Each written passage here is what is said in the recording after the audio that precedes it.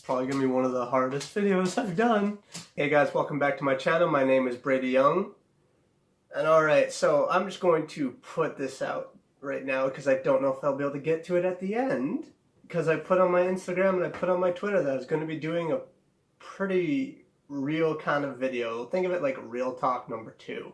If you haven't watched my first Real Talk video, you really should. And so, before we get right into everything, give this video a like, leave a comment down below on if you can relate to what I'm going to talk about or anything like that.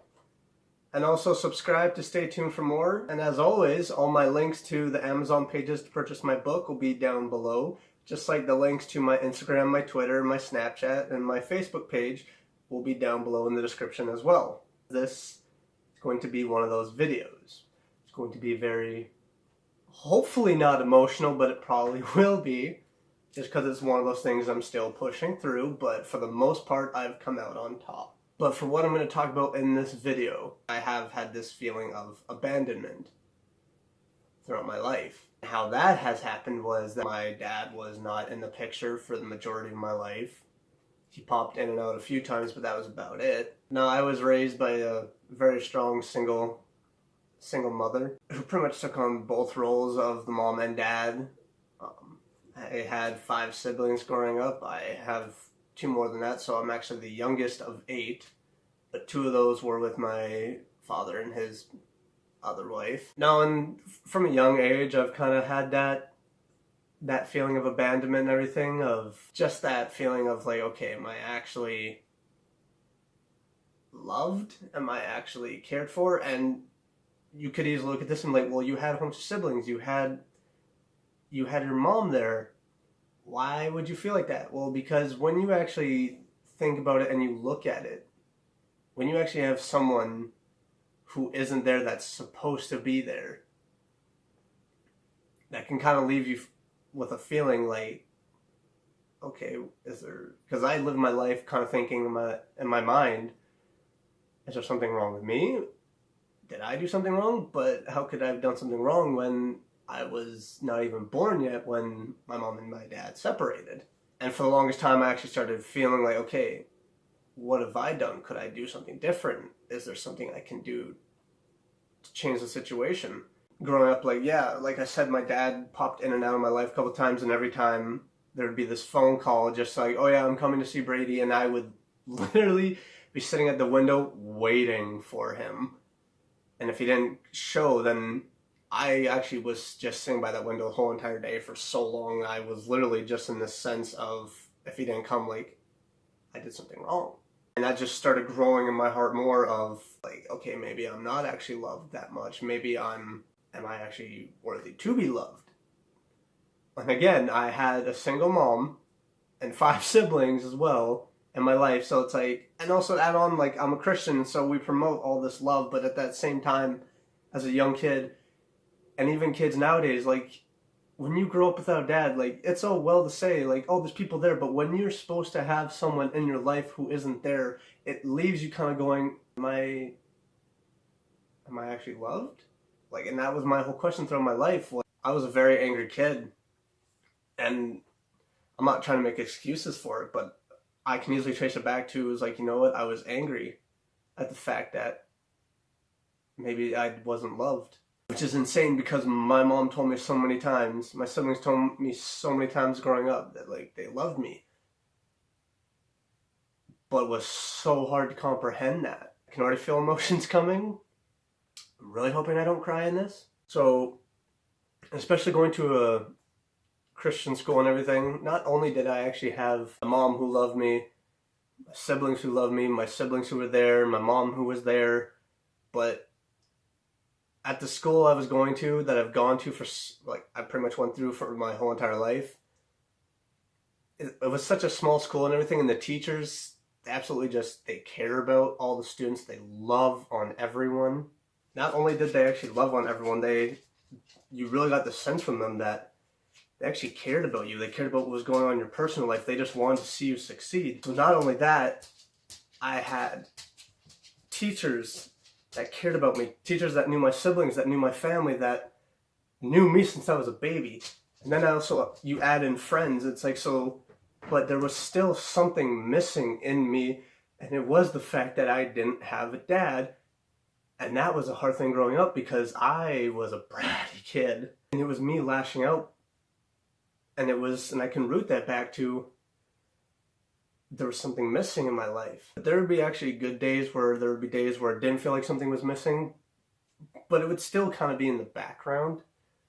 But the days where it kind of got a little bit harder, actually that's a lie, they got really harder, was every time it was, Father's Day. And I just remember so many times whenever there was class projects, the teachers, I would immediately, as they're like, oh yeah, it's Father's Day stuff, I kind of sank in my seat and tried not to cry. And so many times they're like, well, you can make it for your mom. And it was like, and I did make it something for my mom. But it's still that same feeling. And I had that feeling throughout as a kid growing up. Ooh, the emotions are coming. Thank God there's a box of tissues right beside me. It was on Father's Days that was the hardest, mainly just because, it was these things that you can make for your parents, well, your dads mainly. And they're like, well, you can make it for your mom. And so I was like, whatever I did, but still, it still hurt. And those were days that it really hurt because I looked at my friends who had dads and I really grew jealous. Like, I grew insanely jealous just because I was looking at them like, I can't do that same thing with my mom. I can't have those same kind of talks. Powering through, people. I did have father figures in my life, but it's not the same because there were so many times throughout my life. Oh my gosh, this hurts to say. It's so hard to say. Why? The one thing I wanted to hear growing up, mainly when I was in sports, I can hear it from father figures, but it's not the same. Because all I wanted, mainly when I was doing soccer or basketball, was to actually have a dad at the end of it just to look at me and go, I'm proud of you. And it was just also throughout my school life, I just wanted someone to look at me and just say, oh my gosh, why? I pretty much just wanted, throughout my whole entire life, not just in sports, but in school and in everything I did, to actually have someone look at me and say, I'm proud of you. So I had this anger brewing up, and it was from this feeling of abandonment, and there was anger that just started forming in my heart towards my father. And I remember it was one time, because even one of my teachers in my final years of high school, she looked at me and said, Brady, you've changed so much. Because I remember when you used to be this mad kid. It's probably going to be one of the hardest videos I've done.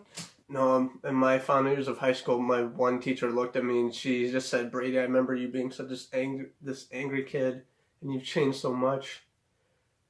And she reminded me of what I said the one time, and it was back when we were doing chapel in our school. We were doing prayer for everyone afterwards, and yeah, I knew that God, I'd heard so many messages about God. He is this Father, and so many times I actually got mad at God. So I was like, well, where's mine?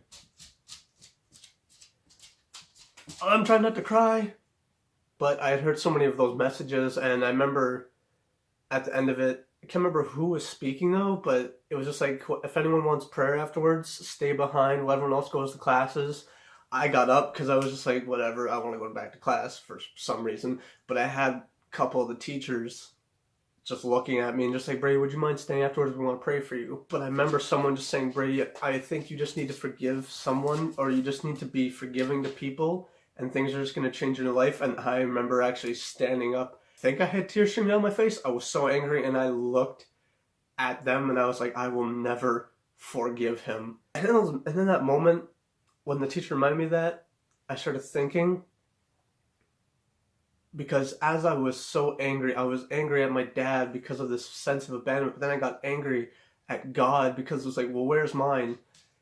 And it started becoming more and more, and I just got so angry, and I just started realizing that, anger is not a good thing to hold on to. And at one point, I came to this realization, because it finally clicked in when I heard so many people saying that God is always there, God is a father. I heard those messages before, but as a kid, it doesn't click in. When I got into high school, it started to finally click in. God is my father. And I just started taking it to him.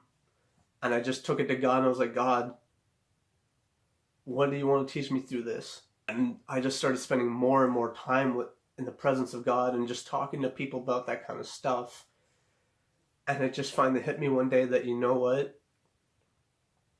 I grew up without a real father, like a flesh and blood father, but I grew up with the Heavenly Father.